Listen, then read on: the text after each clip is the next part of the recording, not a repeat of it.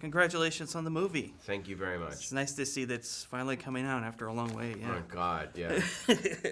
And what was it about this movie that made you want to get back into the director's chair?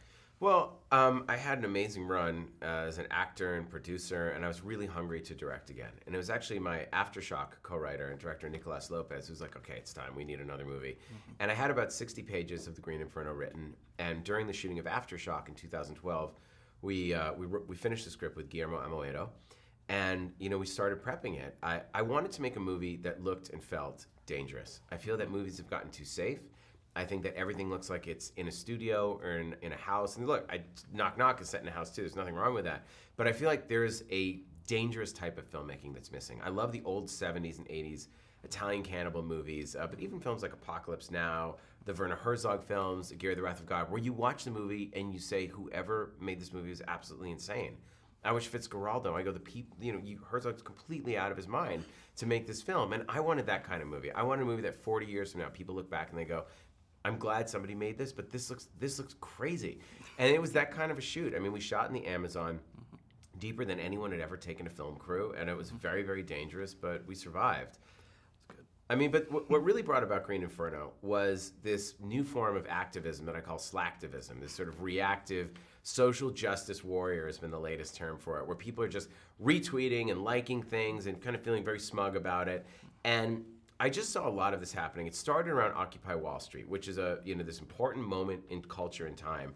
And a relative was like, I was like, what? Didn't he graduate school? And my mom's like, oh no, he's occupying. I was like, really? Because it didn't seem like he was that mad about anything before. And she said, well, he goes there with his friends. They meet girls. That's what they do. And I was like, okay, that's what they do. Great. So, after I was writing the script about protesters who are more interested in getting recognized for caring about a cause than the cause itself, Kony 2012 started. And Kony 2012 was this moment when everyone got so self-righteous on Twitter and started shaming you of, like, if you haven't retweeted this, then you must love child soldiers. Like, you really, like what's wrong with you? Don't you care about you Hollywood a-hole? Look at you in Hollywood not tweeting about Joseph Kony. These people that have never heard of him 24 hours earlier. And then 3 weeks later, it's Free Pussy Riot. And don't you care about freedom of speech? And look what Vladimir Putin did to these girls. And it's so horrible. Free Pussy Riot. Then it's Bring Back Our Girls. And don't you care about Boko Haram? Don't you care about what's going on in this thing that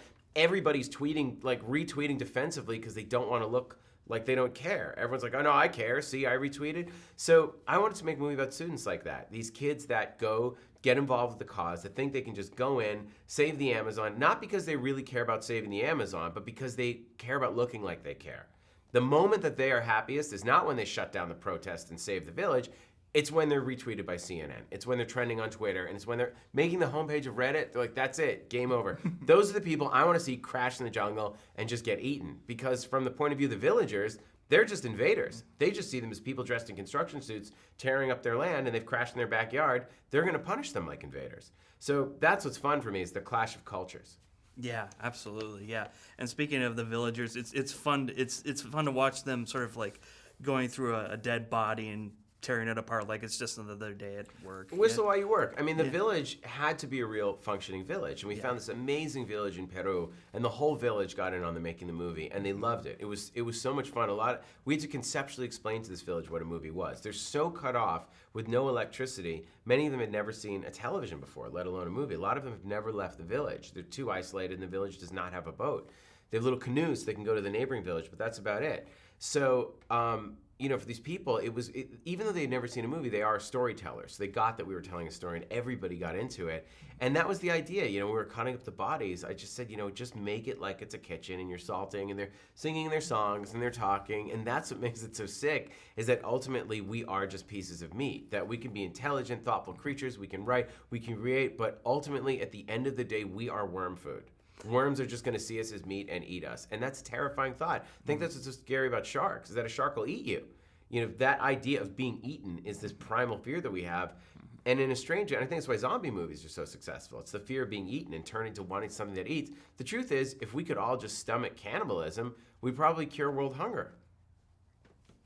Very likely. Okay, great. Thanks, Eli.